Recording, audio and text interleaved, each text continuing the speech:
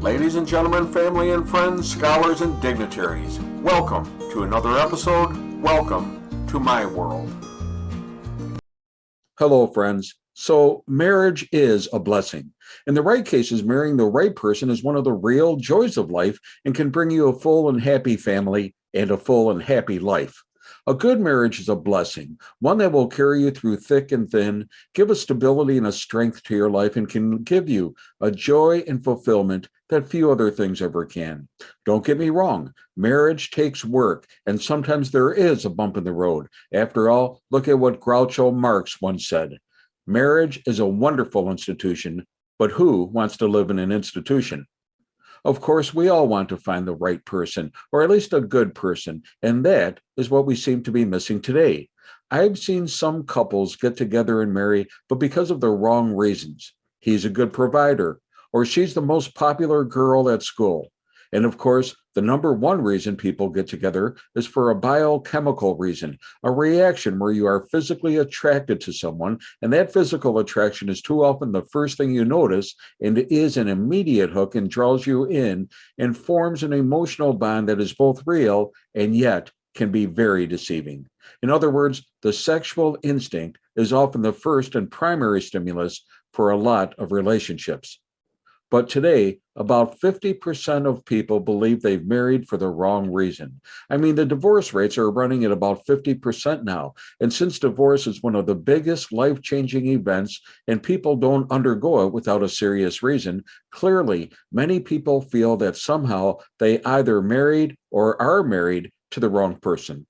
So let me talk about two different phenomena regarding marriage. And again, no, there is no formula that will guarantee success in marriage, primarily because there is a little bit of luck, good or bad, and other variables in life that can always skew it in one direction or another. Anyway, there is one distinct element in marriage that needs to always be considered: compatibility. And yes, compatibility is a necessary element for long-term survival of a marriage. But before you jump to conclusions, know that compatibility comes in many ways, shapes, and forms. It is a positive factor, but also a negative factor. And sometimes there is no telling the difference between. I know this sounds mysterious, but let me explain. For instance, let's say that two people are completely different on a particular topic. Let's say that the wife is totally unorganized, late all the time, and that she frequently forgets things like a grocery list, or she'll forget about paying a bill on time. Meanwhile, her husband is extremely organized, very efficient, and gives extra time to leave for an event, especially to accommodate his wife's tardiness. You see, he knows her weaknesses. Now, most people would say that these two people are total opposites, and as such, they are incompatible. And on the one hand, they're right. But on the other hand, he hasn't made this an issue in their lives, and he has made adjustments accordingly to accommodate, to adapt, and to adjust to her little quirks or idiosyncrasies. So in this case, there is an incompatibility, but it isn't a major disruption because it isn't an important distinction to him. In other words, he's grown beyond this limitation of hers. And then, of course, the other elements of compatibility come into play and together overwrite this one issue such that their lives are joyous, happy, and full of peace. So the first issue is compatibility. And therapists will tell you that compatibility in values and personality styles is the real glue that binds, not the passion of physical attraction, which is temporary, fleeting, and transitory at best. So while sex can give a false sense of bonding, a spurious feeling, in truth, there may be no real substance to the relationship other than the sex. But if there is compatibility in values, in personality styles, in religion, in family, in political issues, culture, if there is a similarity in backgrounds, in education, and of course in goals, then the bonds that attract and hold are stronger than if otherwise. Take, of course, children. If a wife wants 3 or 4 children and yet the husband doesn't want any, to the degree which this difference is rigid and unmendable, can determine a major stumbling block for a long term relationship. Now, compatibility exists first and foremost when a couple relates to each other with equality and respect. For instance, it's important for couples to have fun together and really enjoy the time they spend together. So it's a definite plus if they share in common activities and interests. And people are simply not happy when they're with someone that they're not compatible with. So be sure to try to choose partners who treat us like we were treated in our own family so our adaptations fit. So, the most important thing to consider in your decision is to choose someone you really like being around. And don't place unnecessary restrictions on your choices, excessively limiting your choices by age, job, income level, and so on. These may not be as important as other issues of compatibility.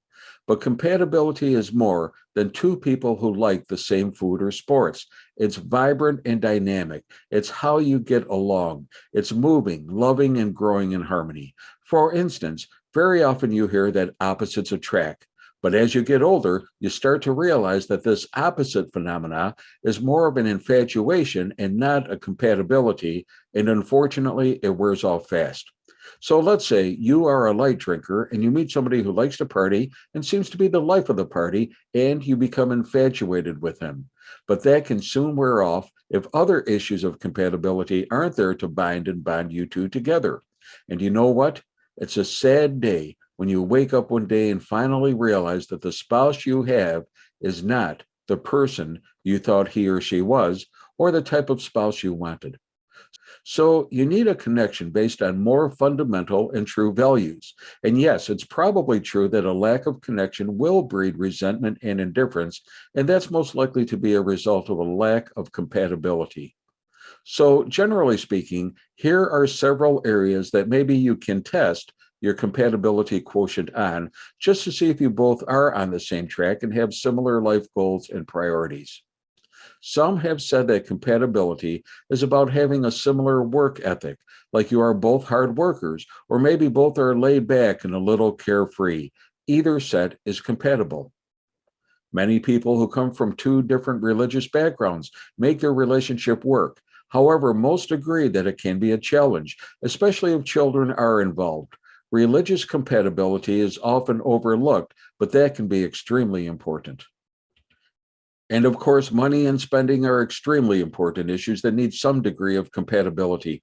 More couples argue about money and finances than anything else. And this is a much larger issue than most relationships ever consider at the onset. And because it can be awkward to talk about money and finances, most couples also put off such discussions until things start going wrong. If he's a spender and she's a saver, that could mean trouble down the road when you're planning for life's bigger purchases, such as a house, cars, or especially savings for your children's future education or retirement. Couples who are on the same page with their money and finances will usually find it easier going than those with wildly divergent spending behaviors. And one other issue that people commonly overlook is a person's value on cleanliness and orderliness.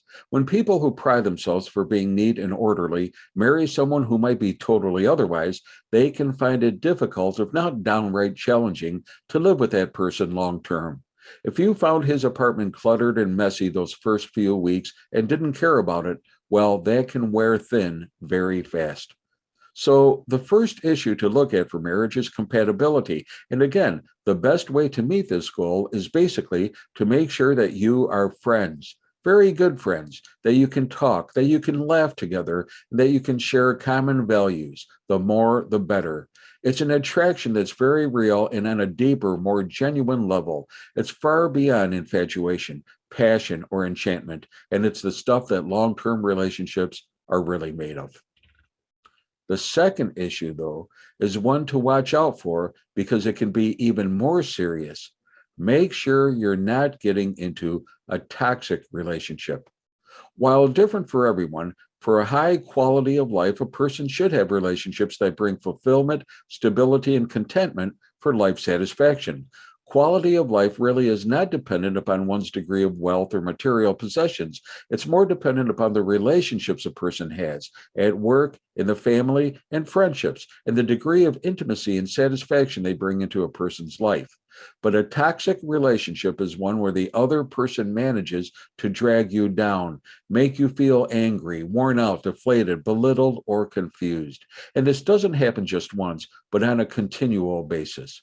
Where healthy relationships support, encourage, and inspire, toxic relationships, more often than not, can be emotionally abusive relationships with mind games and put downs, playing the blame game, instilling guilt, manipulating, or telling jokes which are really disguised humiliation.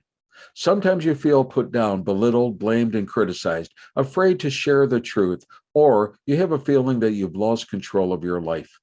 Toxic relationships tend to drain people of energy and inflict pain, emotional pain, and they don't self correct over the years. In fact, they tend to get worse. Now, we all have mood swings and we all make mistakes. The major difference, however, is that a toxic person doesn't do this on an incidental basis, but this is just his or her pattern of behavior. So here's the defining point. How does he or she treat you? And that's what you need to answer before you get married. And if you feel a little uneasy, especially if you feel you're being violated, that is a sign that this might be a toxic relationship, and that should be a red flag to get out. It probably won't get better and may even get worse. So, if you are going to get married, be sure that it's to the right person for you. And again, there is no perfect marriage, but make sure that the two of you are compatible in most areas and that you're not getting into a toxic relationship. Don't let the physical chemistry or sex overwhelm you, and it can and will influence you. Too many people have entered into relationships based on the wrong reasons rather than stepping back and looking at the totality of the situation. Think about it. Would you rather spend your life with someone who is other centered, or someone who is narcissistic, someone who is a giver, or someone who is a taker? And again, this isn't to say that people are perfect. In fact, there is no perfect marriage.